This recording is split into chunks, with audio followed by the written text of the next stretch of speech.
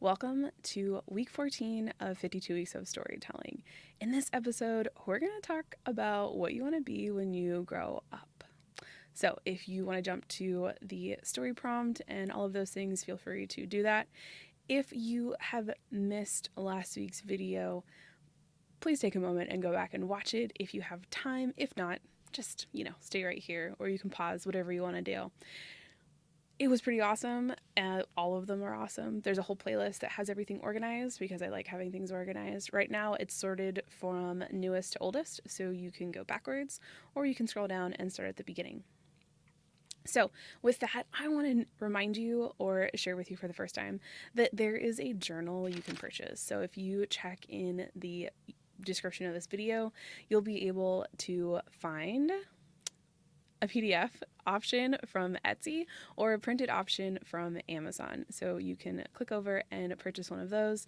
If not, feel free to write in a notebook, write this in Pages, in Google Docs, in Word Docs, whatever makes you happy. I just like to offer organization for people because I know sometimes when we have bits and pieces of paper flying everywhere, it gets a little crazy. With that, I want to share with you the legacy storytelling method. This is the framework I use to frame all of the stories and everything you'll see in the legacy world. So the legacy storytelling method consists of 5 basic questions and then digging deeper questions. The first 5 are who, what, when, where, and why. And the first ones are pretty self-explanatory. Why tends to trip people up. So it's about why, how did you get to this moment? What was happening? Really the why of why did this moment happen and all of the pieces that go into that. The next set of questions are what I call the digging deeper questions. Those are really about feelings and impact and whether or not it changed the trajectory of your life changed. How do you feel about this moment now? How did you feel about it then? How did the people around you feel about what was happening? And then the last question I like to encourage people to use is, what do you want people to remember about this moment? That question gives you an opportunity to think about your memory in a holistic, from a big standpoint, and what's that one thing or 2 things or 3 things that you want someone to remember about the moment you are writing about or sharing. With that, let's jump into the weekly prompt itself. So, what do you want to be when you grow up? Oh, I love this question. I love asking it like that. So, it's a futuristic question, I feel like, when we ask, what do you want to be when you grow up, rather than what did you want to be when you grew up? Because it allows the opportunity for the person to think about what else might they want to do. Maybe when they were a kid, they wanted to be a firefighter, and now they're a teacher or whatever. For me, I wanted to be a writer.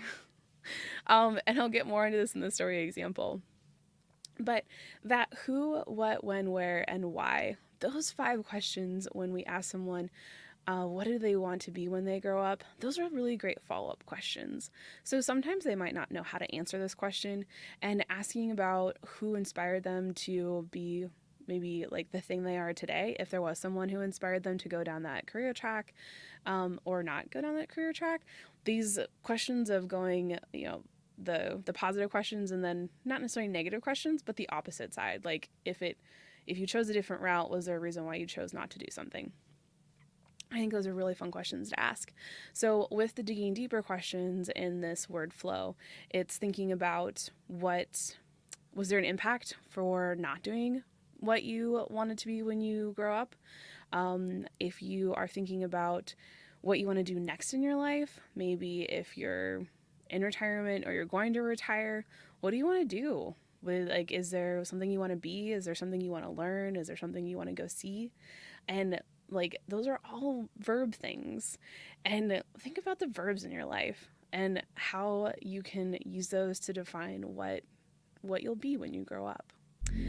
With that, I want to share with you my story example. So my story example is I knew I always wanted to be a writer. I had a poem published, I think, when I was in 2nd grade, maybe 3rd grade. It was a limerick. I can still tell you what it is. It was a limerick. I have the book it's published in, and it had to do with the wind. Seeing my words printed on a page was just like, it was the cat's meow. Like, I just I was beside myself. Like, I knew that there would never be another feeling like it again, and that my life, no matter how many wonderful things happened, something would always be missing until I had more printed words in books, which has led to, in a really roundabout way, of I'm a writer now, and I didn't really embrace saying that I was a writer really until the last couple years. So I've been a professionally paid writer for a long time, 10 years, over 10 years, like most of my adult life. Technically, I've been a paid writer. And to not consider myself like a writer until the last couple years is kind of sad. But there's still more I want to do. So when I think about what I want to be when I grow up, I want to be I want to be location independent.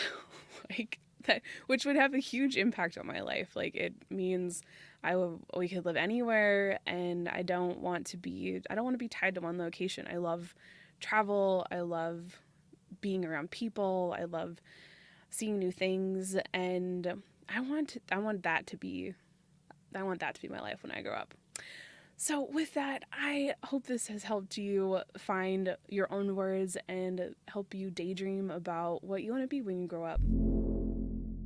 I hope that this has helped you write some part of your story. Don't forget to check back for more, check the playlist, and grab your journals. With that, I hope you have an incredibly wonderful day. And until we talk again, happy writing.